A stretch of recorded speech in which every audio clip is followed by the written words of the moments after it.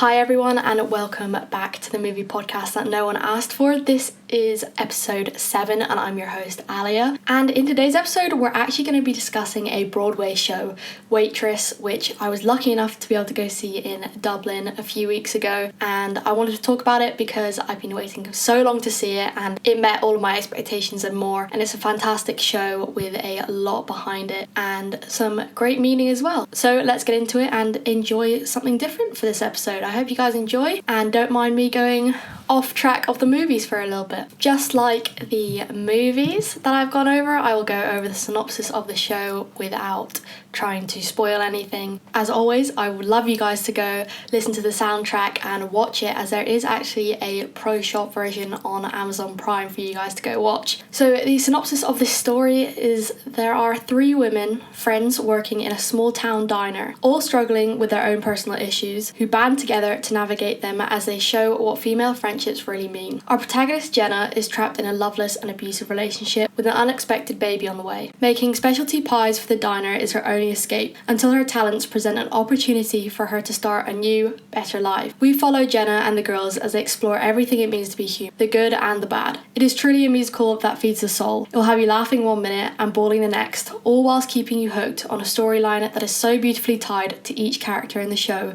with an incredibly moving soundtrack that highlights every emotion on the human spectrum. This was actually based on a movie, which was based on a book. The movie is the 2007 American comedy drama, which was written and directed by Adrian Shelley, who also played Dawn in the film. It follows the same storyline as the musical and was distributed by Searchlight Pictures and 20th Century Studios. Yeah, let's get into the production behind this show and the director as well for the stage show. This show was directed by Diane Paulus and choreographed by Lauren Latro. The associate director was Nancy Harrington, associate choreographer was Abby O'Brien, and assistant director was Mia Walker. You might know Diane Paulus for her work as a director in the show Pippin, the revival of the show Hair, Jagged Little Pill, Finding Neverland, the 1776 revival, and the Gershwin's Porgy and Bess revival.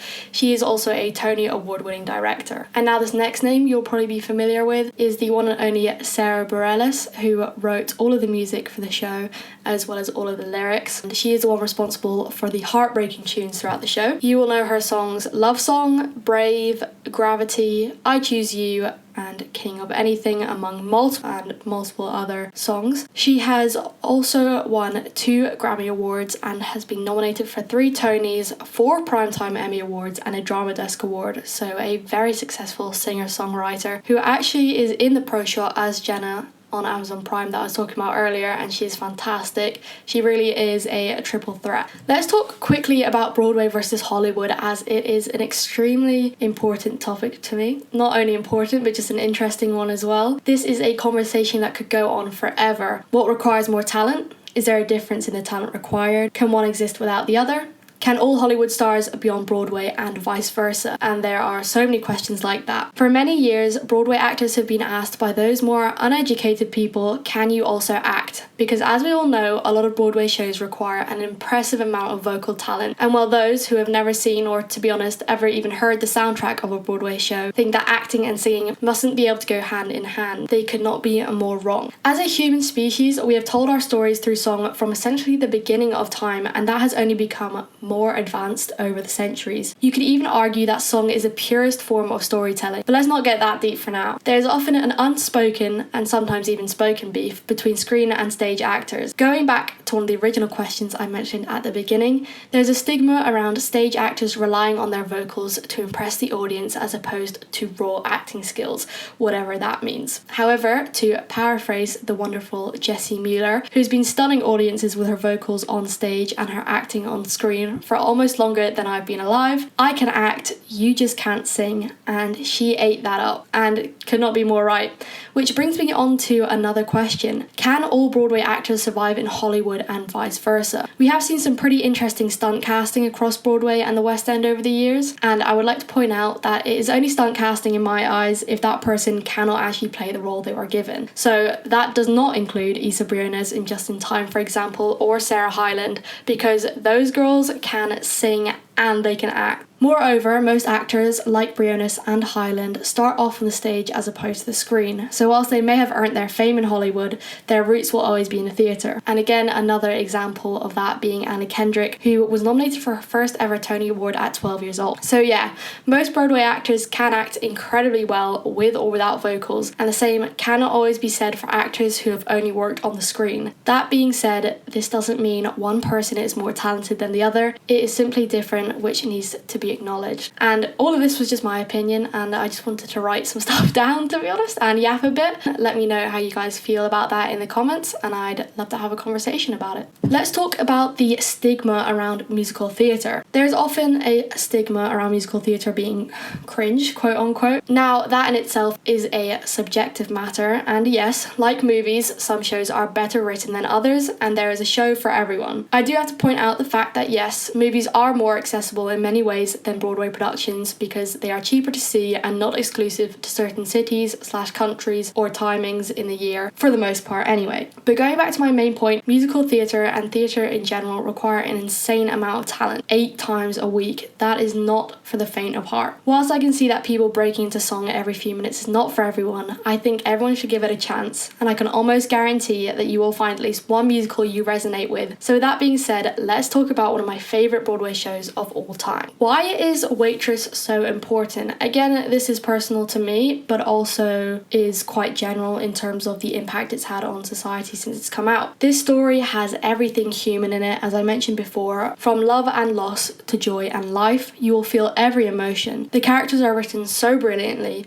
Not one character is perfect, they are simply doing their best at that moment in their lives. You may not be able to relate exactly to every character, or any for that matter, but you will come to care for them greatly over the course of around 2.5 hours. It explores some extremely dark themes of abuse, both physical and emotional, with extreme tenderness and tact. Both the movie and the musical were written by women, and I think we can all agree that no one writes women better than a woman. It isn't over the top or unrealistic in any way.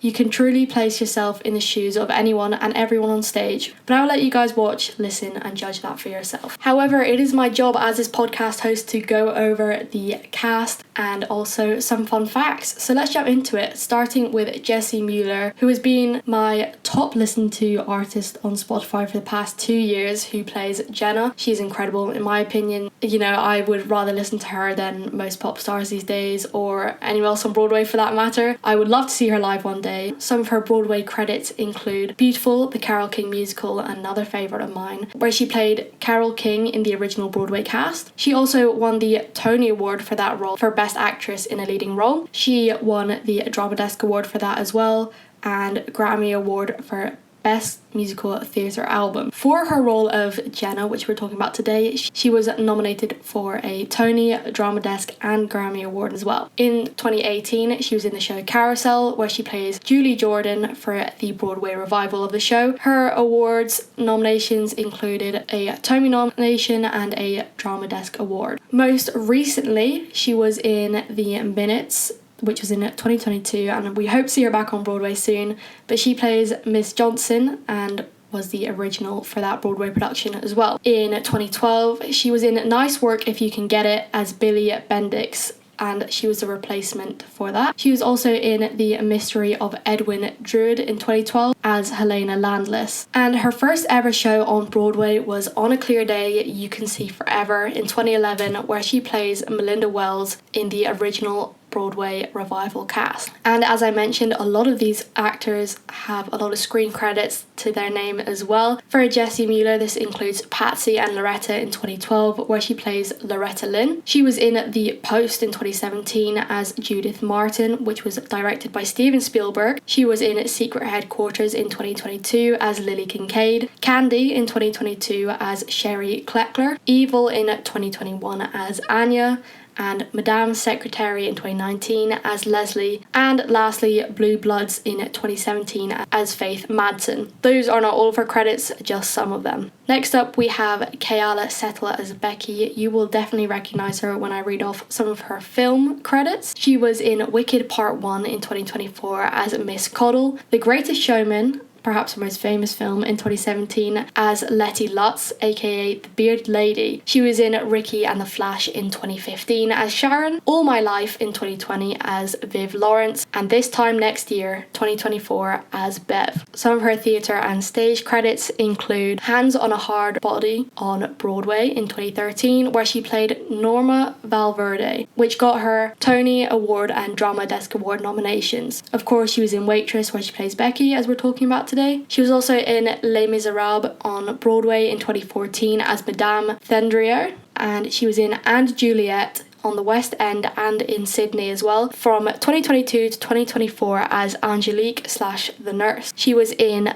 Sister Act in London in 2022 as Sister Mary Patrick, and Priscilla, Queen of the Desert on Broadway from 2010 to 2012, where she plays Shirley. Now we have Kimiko Glenn, who plays the incredibly lovable Dawn. Waitress is the only Broadway show she has been in from what I can find. However, her screen credits include Orange is the New Black, where she plays Brooke Soso. She is also in Like Father as Gina, Can You Keep a Secret as Gemma, Spider-Man Into the Spider-Verse and Spider-Man Across the Spider-Verse as Penny Parker. She's also the voice of Izzy Moonbow in My Little Pony: A New Generation. She is the voice of Nifty in Has Been Hotel alongside another Broadway star, Erica Henningsen. She is in DuckTales as Lena Saberwing and BoJack Horseman as Stephanie Stilton, so lots of voice acting roles for her.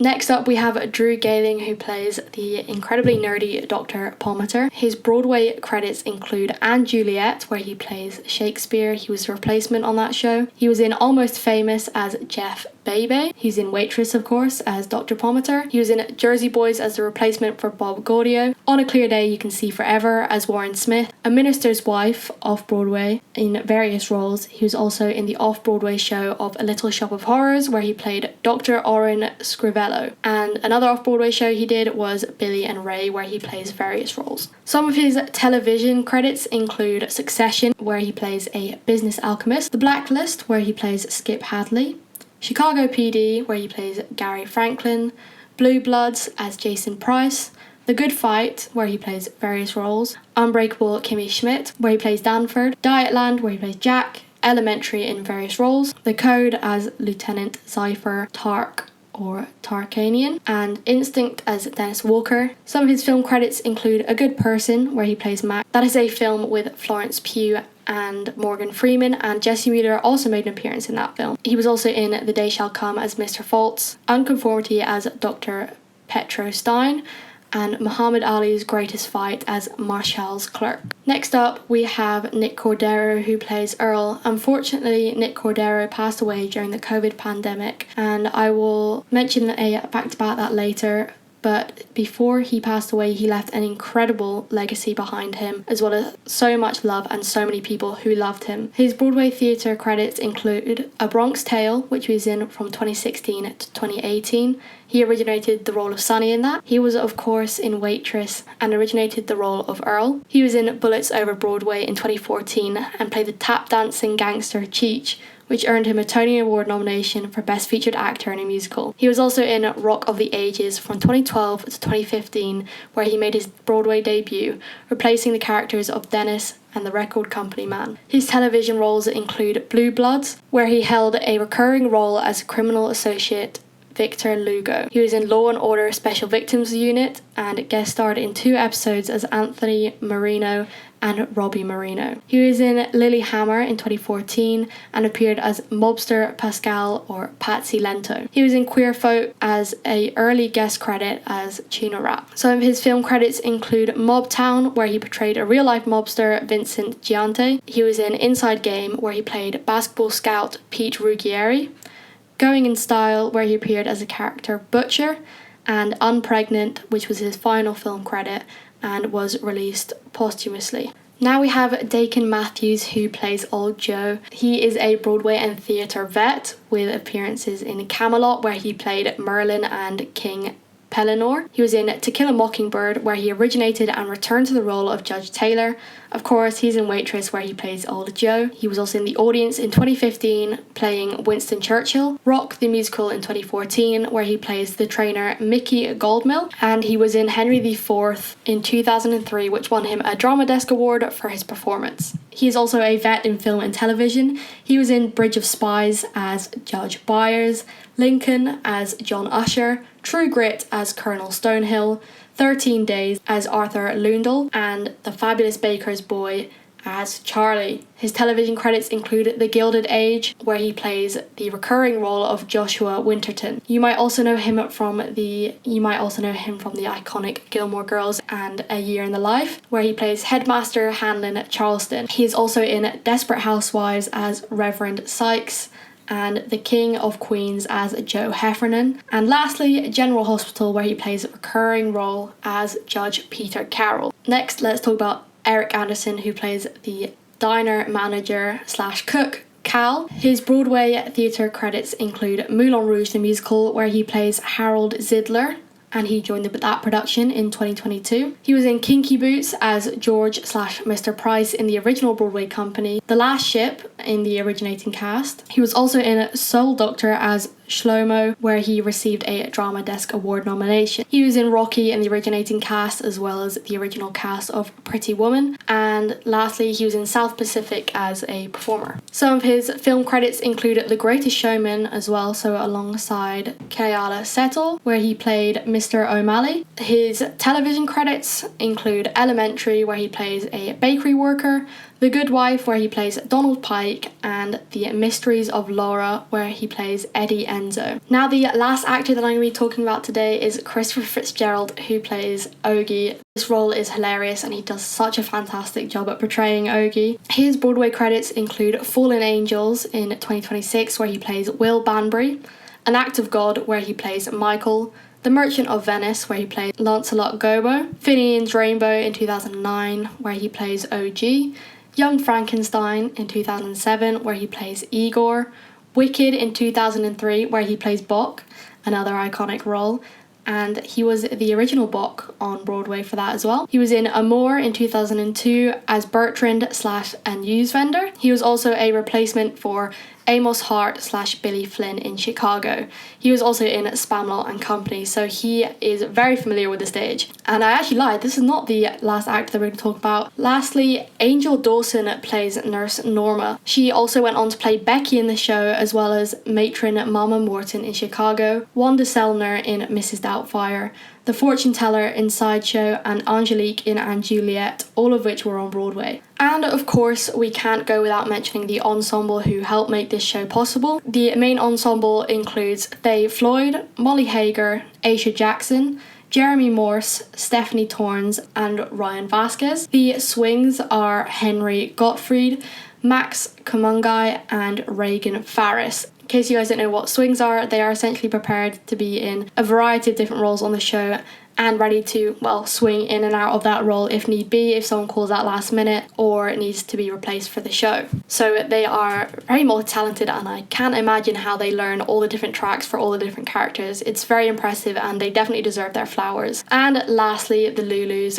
were played by, I'm assuming, twins, Claire Keane and McKenna Keane. As always, I'm going to end this podcast with some fun behind the scenes, or this time around, behind the curtain facts. Starting off with, every night in the theatre, they would bake a fresh pie and waft the smell into the lobby to make it feel as though you were entering the diner itself, which is another level of commitment in terms of bringing the audience into the set, and also probably which is very nice for everyone, and I hope they got to eat that pie after. I'm sure they did. Secondly, as I mentioned earlier, sadly Cordero passed away during the COVID pandemic, and on the chalkboard in the diner where the pies are written, they dedicated a pie to their late cast member called A Big Ol' Slice of Live Your Life Pie, which alludes to Cordero's song Live Your Life, and they made sure that that pie was gonna always stay in the show for as long as the show is running. Third, the show hired a professional pie maker to teach the cast how to roll dough and make the props look realistic on stage, and let me tell you, they do look incredibly realistic, and some of it is truly real flour and dough, so